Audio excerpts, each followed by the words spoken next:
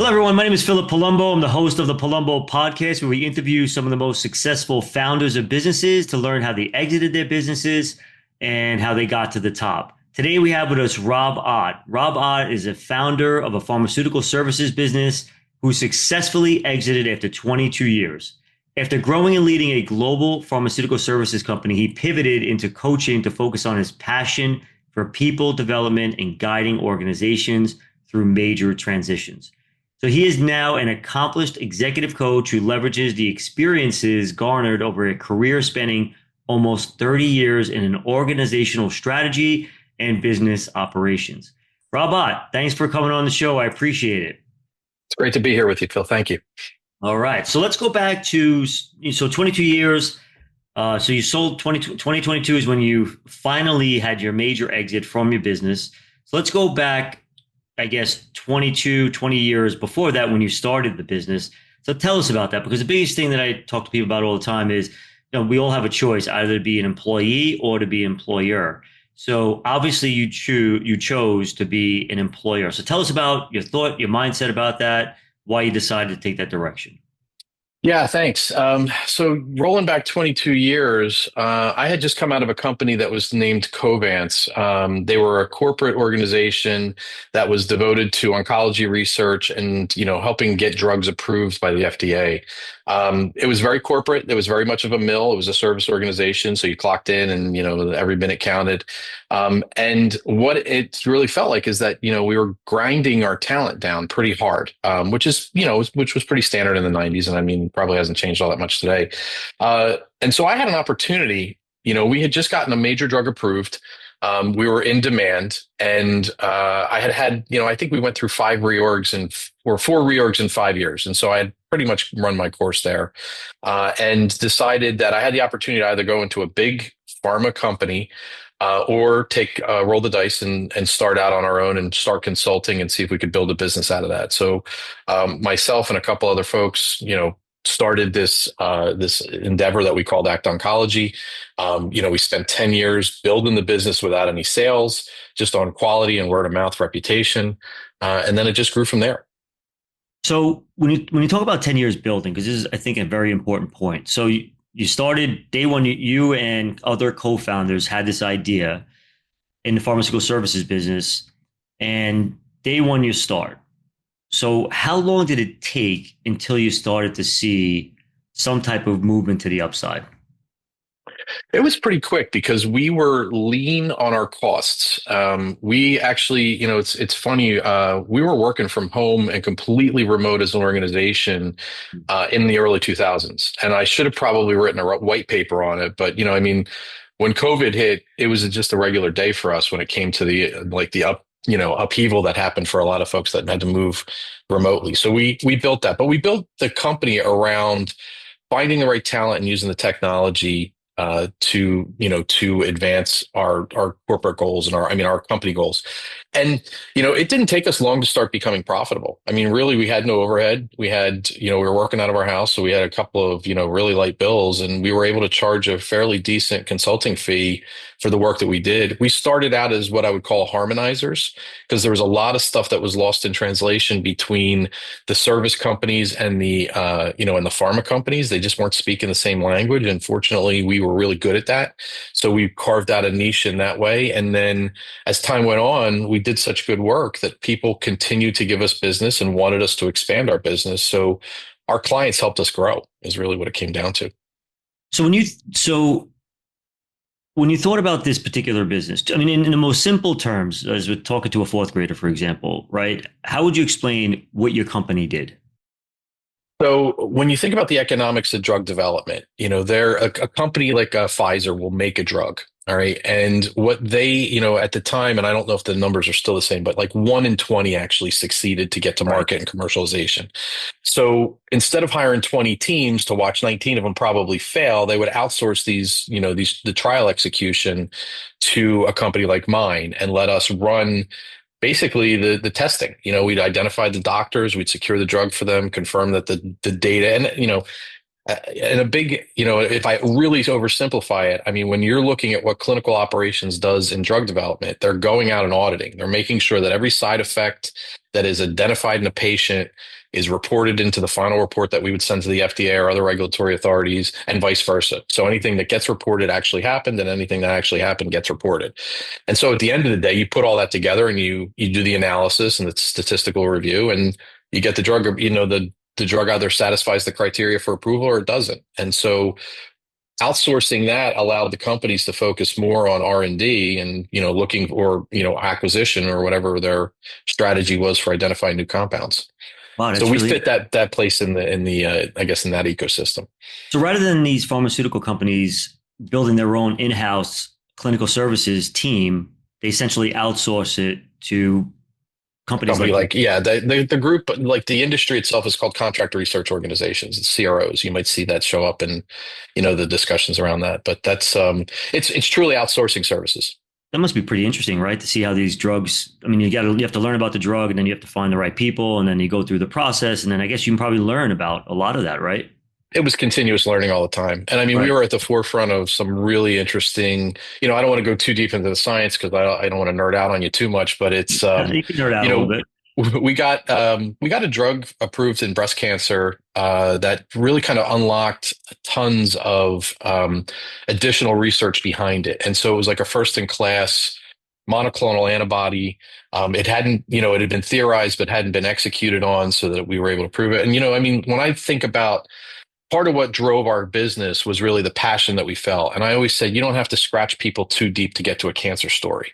And unfortunately, it's a disease that's out there. And I said to myself when I was in the labs that I wanted to work on a business that if I'm going to give you 10, 12, 14 hours a day, it's going to come away with something that has meaning for the world. And, I don't think that, obviously we haven't cured cancer, but we've made a lot of progress in treating it and making people live longer with it.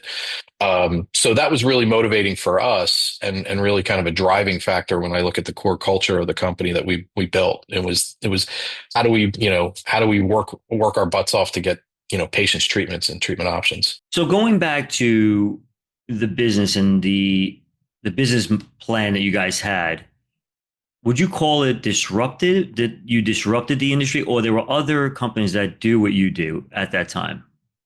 We weren't disruptive. I think we were kind of what I would call, we were looking to do it better. We looked at talent. I mean, when you're in a service organization, talent becomes the key. I mean, we weren't making anything else but serving up all the work of our people. And so where the old company that I had left, they ground you down. You had probably a 3-year duration of like as long as you could take it before you moved on to something else. We disrupted because we were focused on quality and we were focused on talent. There were times in the early days where we left margin on the table just because we wanted repeat business. So we had a really long view of how we could build that business. You can't do that forever, obviously, but at some point, we were differentiating ourselves. I guess we were zigging when other people were zagging. We were going in Yeah. a slightly different direction. So I wouldn't call it disruptive, but we were definitely fast followers and, iterators. So when you had this idea of doing what you did, you left where you were, started this business like we just talked about. You have the business model in place. So what's the next step to get the word out there for you and your team? Yeah. I mean, I think early on it was a focus on repeat business and quality. I mean, that's really where we differentiated ourselves. How did you get the initial business? How did you get your first sale in the books? So we had, I guess I'd call him a godfather. There was a fellow by the name of Hank Fuchs, tremendous guy. And when he was the one who worked with us on that blockbuster drug. And when he went to a new company, he said, I really need to get Pat and Rob and others with me to help do this. So he gave us our first couple of contracts. And from there, the interesting thing about the pharma community in a lot of ways is that it's very insular in that, if you can make a good name, people move company to company and they'll stay in touch with you and bring you along at times. So, and that was really how it started, as a word of mouth started to spread. Now, again, like I said, for the first 10 years, we were able to steadily grow, not maybe rocket fast, but at the same time, we went from 2 people to, probably 75 to 100 in those first 7 or 8 years. And Wow. then we kind of, like hit the escape velocity that, we would need to do. And that's when we had to hire a salesperson. And then 2016 led us to the point where we needed to either acquire or be acquired because our addressable market was starting to get really challenging with some of the projects that we were looking at, to feed the machine. At some point you need to keep keep those new projects coming in, and we needed scale and ability to serve other sized projects, I guess is what I call it. Right. But it took you, for you to get to the point where you started to get that like hockey puck, right? Up move. That took you about 10 years, would you say? So you Yeah, grew, and you did well, but then really things started to accelerate after 10 years? at right around 10 to year 10 and 11 is really when it started. And that's when, we started, like, we were building our infrastructure underneath of that, because a lot of it was like, at one point we were like a loose collection of consultants that were just kind of operating on the same, with the same philosophy. And then it started to feel like a company. And, the interesting thing about my role is, as a founder, you have to you have to wear so many different hats. I mean, I think any entrepreneur knows that. And as my role changed, where I was shedding off some of the project delivery work, that's when I could start to feel it taking off. Like, we hired a CFO, we hired a chief operating officer, a fantastic woman named Julie Amo, who, really helped us grow and launch and take us to that next level, which was really important for us at that point because they brought in the expertise. Yeah. So you hired a full-time chief operating officer.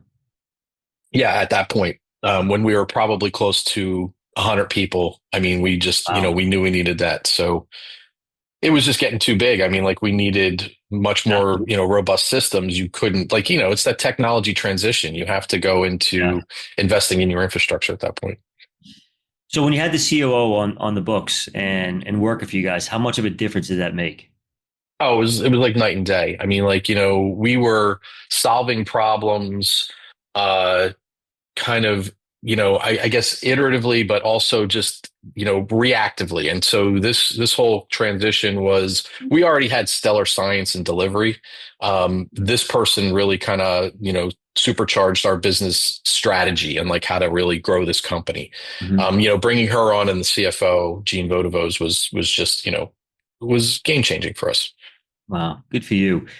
So I'm a certified exit planning advisor, and one of the things that we learn about is best in class. And so, meaning that a lot of us as founders of businesses, right, we have our business, and then there are other businesses that may or may not be operating at what we call best in class, meaning that from an EBITDA multiple standpoint and from a profitable standpoint, they're at the top of the class, right, relative to the industry. Yes.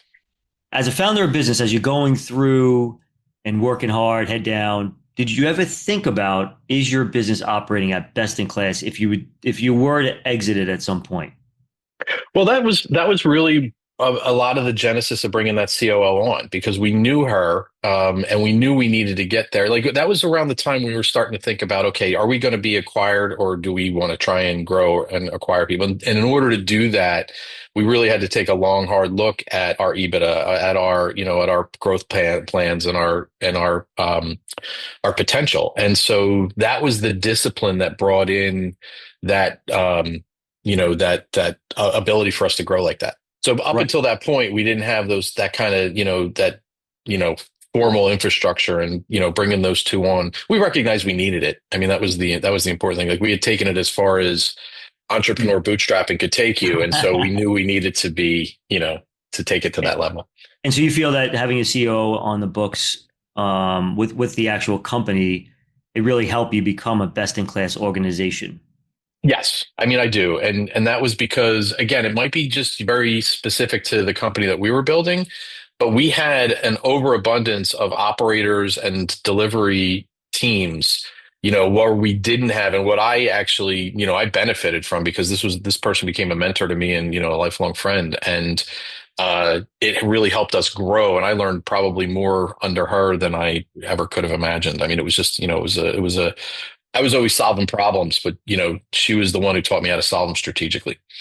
So just tell me about, if you can, one to two main things that you learned from her? I think it was, there was the intangible, it was the grace under pressure, and how to keep perspective on the challenges that, were going to come our way and how to keep first things first. She was really good at that in that sense of, um, you know, we built out company values around that. Like, we've kind of crystallized what was really important to us at that time. And that was, the values and the grace under pressure were two of the most important things. And then there was just all the technical chops. I mean, like, she could look at a balance sheet and, P&L and just dissect it in ways that were just incredible. I mean, like, insights that she would gain. So, I don't know if I could limit it to two, Phil. I mean, like she's a tremendous person. Wow, that's terrific. So as a firm, we just came up with company values, believe it or not, right? And something I always wanted to do, but it just took a little more time than I wanted to. Yeah. And we went through that exercise. It was definitely very interesting, and it was very helpful because every word that's on there defines who we are as a firm, right? And I think any client that looked at it and reviewed every word, I think they would agree with it. And I'm Yeah. not just saying that like literally, at least that's what I feel, and I can't imagine I'm wrong about that. So tell me about company value. So did you literally sit down with your entire team or the main co-founders and say, okay, here, let's develop values for the company, and that's how you guys We came up? pulled everybody together. I mean, like the Yeah. entire hundred people at the time. I Wow. think it was, it might not have been 100 at that point, but we sat around and talked about what's important to us. And I still have them hanging on the walls. I mean, our values were quality, client champions, our people, our integrity, being solutions oriented and having a winning mindset. And so that's where we settled.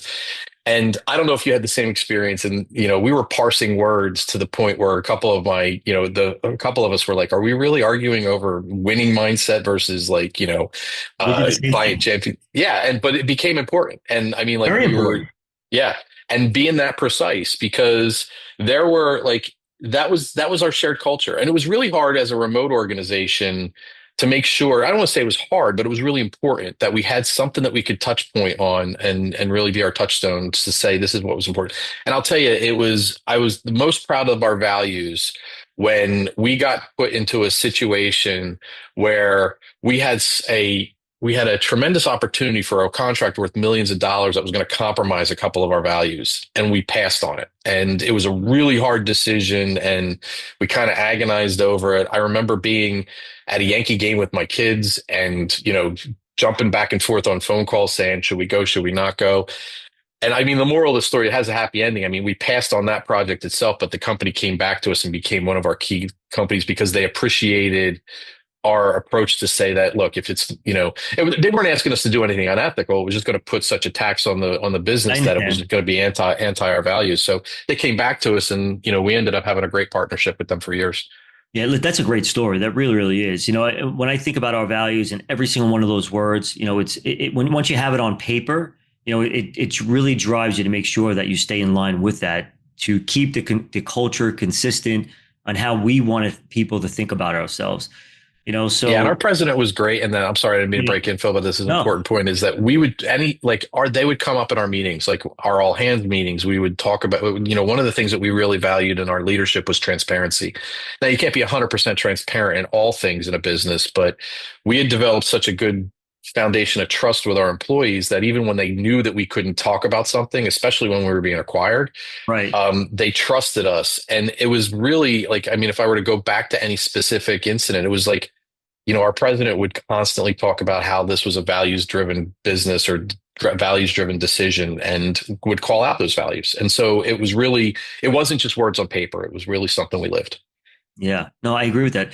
I give you an example. There's a company that can build out a white label private equity fund for my firm, and I love everything about it. I love the product, the process they go through. From this type of Zoom call I had with them because they were in Georgia, I thought they were great, but I said, you know what? I got to get on a plane. And I want to see them face to face to really get a good feel for them. And me and my senior advisor, we did that. We got on a plane and we wanted to go meet with them. And I grilled them for like 4 hours. In fact, my senior advisor said, holy cow, Phil, you really went at them. And it's like, yeah, I went at them because this is important to me. This is, I think, a great offering for our clients and my own personal wealth as well to grow, right? And it was going to Yeah. be a great all around. I wanted to make sure 100% that these people were in line with our values of our firm and all the important things that I need to ask. So it does create a great foundation for the firm, and I'm glad you obviously agree with that. I want to transition to which sort of talked about is culture of a company, which as a coach you just talked about that a little bit before we got on this with me. So talk Sure. to me about how you think, what is culture and how you think about culture. Wow, that's a great question. I mean, culture is basically what you do when nobody's looking in a lot of ways. I mean, it's really the foundation of, the esprit de corps of the company. It's what people do and live, and why people come to your company at the end of the day, why people stay. So it's a lot of like unsung little things that are done every day, but it really is the lifeblood of who you are, and what you're all about. And if you do it right, it's really easy to put your finger on it and to say, this is who we are. And when I think it's almost one of those things that you can also describe when you're not in sync with the culture, it, like it just feels wrong. And whether you can put up with that or not is probably a different So when you say when I'm discussion. not, so you say as the founder, if the founder's not in sync, is that what you mean? Oh, if the founder doesn't live it, then you're just, I mean, like you can talk Right. about the inauthentic, approach to that, and you can't build trust, and people just will doubt what you'll get second guess. You won't engage them. I mean, if you get a really good culture that you're living, that people resonate with, it like inspires hearts and minds. I mean, people will go the extra mile. I know that, I'll give you an example on the negative side. Like when we lost some of that culture later on, or after I mean, some of it was after I left. People were telling me that they would have like ran through walls on weekends to make these things work for patients, and now they were checking out on a Friday afternoon. And that's not necessarily a bad thing in and of itself, but the idea of I'll run through walls for you versus Yeah. I'm done. That's So, like so, so the idea of running through walls is part of the word culture. well, it's the outcome of an inspiration. You know what I mean? Like I'm not suggesting people like, burn out, run through walls, or do, No, but I understand what damage you're themselves, saying. but you want them Yeah. to be inspired. I wanted people to come and like jazzed up every morning, fired up, and wanting to do good for their patients and good for their studies. And So how that do you, was the end of the day. but how do you get them to that point though? How do you get them jazzed up? How did you get them jazzed up? I think it's setting that mission. And so, we were constantly, and I'm going to be very, very specific about our company. Our idea was with the treating cancer is, like I said, everybody has a cancer story, unfortunately. And we were like, look, we're going to make a difference. And, if we get to a point where cancer is something you live with and doctor for, as opposed to something that you die from, then that's a win. And just giving people opportunities to live longer, better, that was important because everybody had something that they could like latch onto there. I mean, like, you have a mother, sister, brother, whatever, like that was affected by this. So we were saying, and we were constantly talking about not just are we moving adverse events and reporting data back and forth. No, we're like literally working to help people with the disease live a better life or live longer. I had a letter And that you was used to, sent and to. so Rob, I don't God, mean I'm to sorry. interrupt. Yeah, no, go So ahead. it's phenomenal. So you used to say that to your team all the time. Yeah, yeah, absolutely. I had a letter that came from a woman who was in her 40s from North Carolina, and I have it hanging on my wall. And it was a thank you letter to the unsung people that were working on the drug. And she unfortunately passed away, but she wrote this such a powerful letter to say, I have more time with my kids because of what you guys are doing. Wow. And when you have something like that, we posted that. I mean, like that was something we share out, and that was written in 2000 or no, 1998. And so we would constantly bring that up as an example of, Right. this The this work you is our guys do. legacy. This is what we're doing. Yeah. It's, I wish people thought this way, like, right? Everybody who is in their career should think of it that you're making a difference in some way, right? And if you think of your work like that, it makes such a significant difference Hmm. in your life because that's the benefit and the passion you get out of what you do. And so for us, in the private wealth management space, it's helping our clients make sure they live their best life possible, maintaining their lifestyle and not running out of money. Those are like the two key things that we're here to really help our clients. And because of that, they're able to do all the things they love to do, travel, spending time with family. And many times clients will say to me all the time, Phil, because of you, I sleep better at night. Phil, because of Hmm. you, worry. The tariffs that went on back in April, the volatility as a result of that, when I follow up and check in with clients, et cetera, these are the types of things they say to us. So like you, I say to my team all the time, like, guys, like we're making a huge difference in our clients' lives. Yes. This is tremendous, and you got to always put that in the forefront no matter what.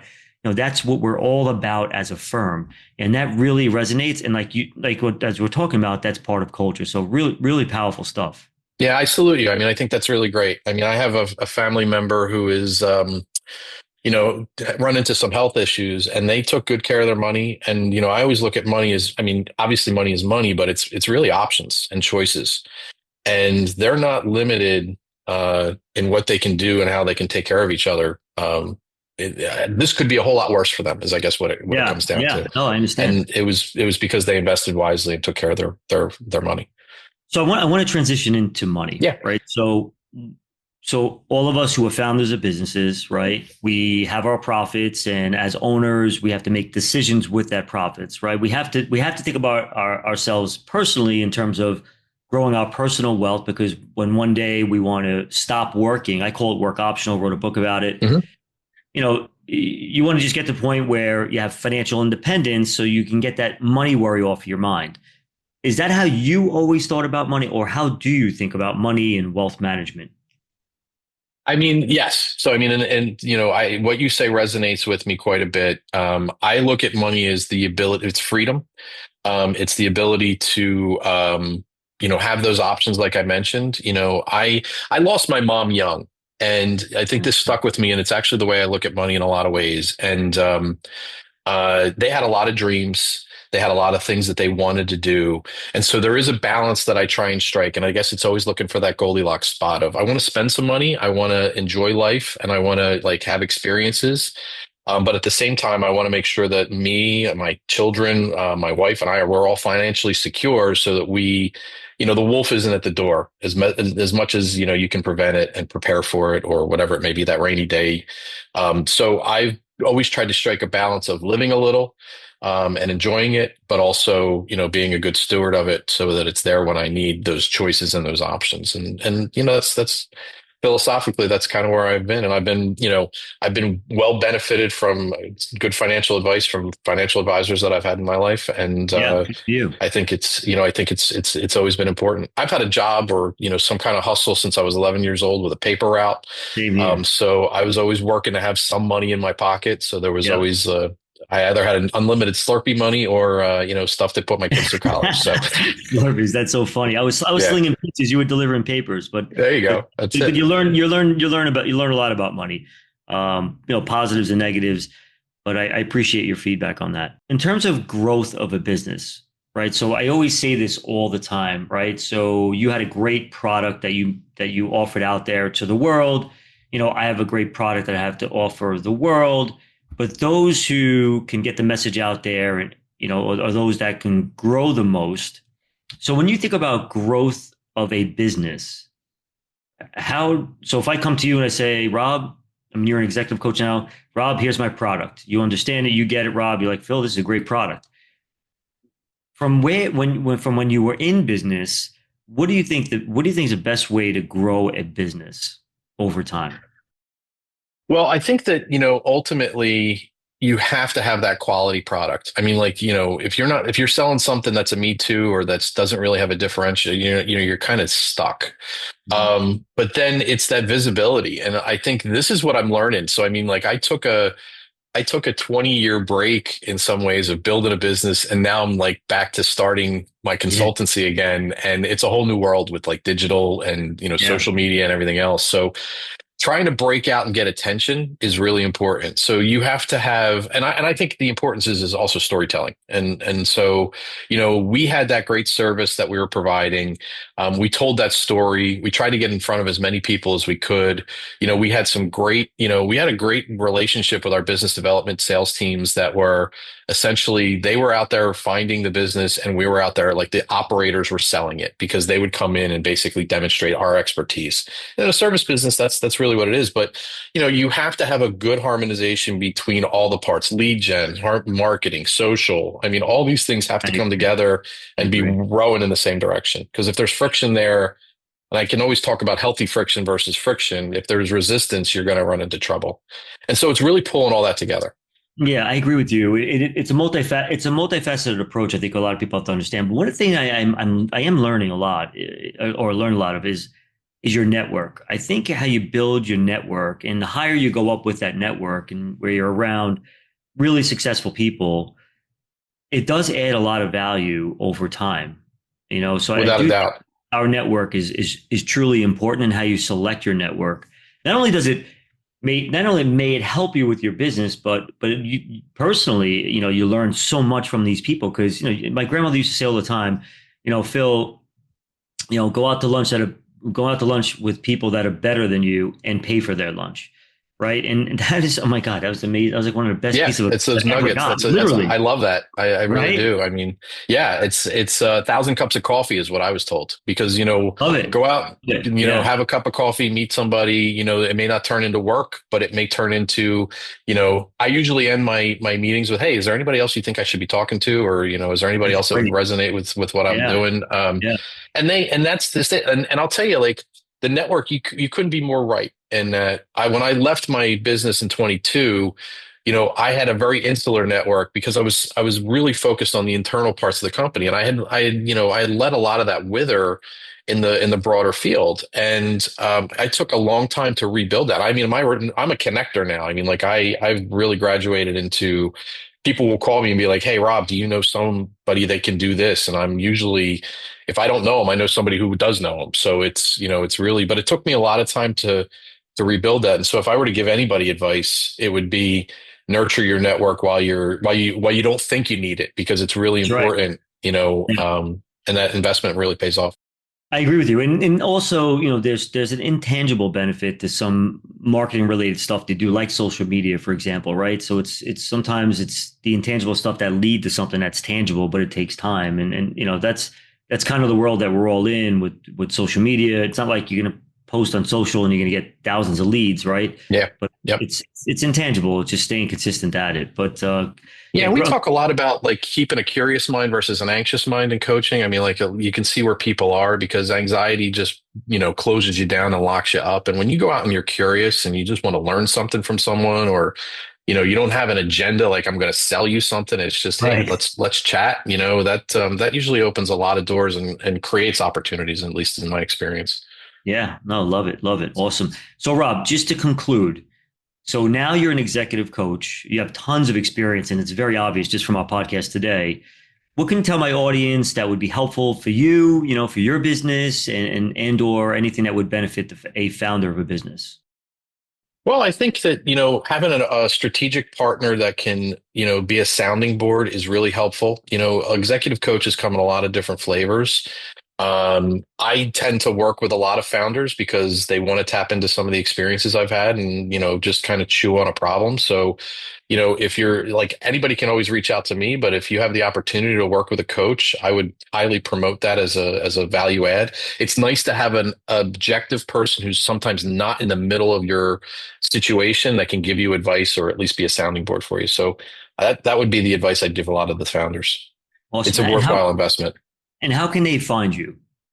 Well, I'm definitely on LinkedIn, so it's easy to find me there. But you can always go to my website, it's ottmgt.com, short for ottmanagement.com. And I always invite people just set up a call with me through my links, and we can explore and see if there's a way that I can help you, or maybe I can give you some recommendations to connect with other people. And the first call is free. No, is there a Yep. cost to that? There's always a complimentary, I call it a chemistry call. Is it something that, let's just kind of talk through what you're dealing with. That's terrific. So it's OTTM like Mary, G like Gary, T like Thomas.com. .com, correct. Okay, awesome. Very good. So, Rob, this was great, terrific. Your perspectives, your experience is really, really helpful. So I appreciate your time today. Thank you. It's been a pleasure, and I really like what you're doing here. So thank you very much. I look forward to staying in touch.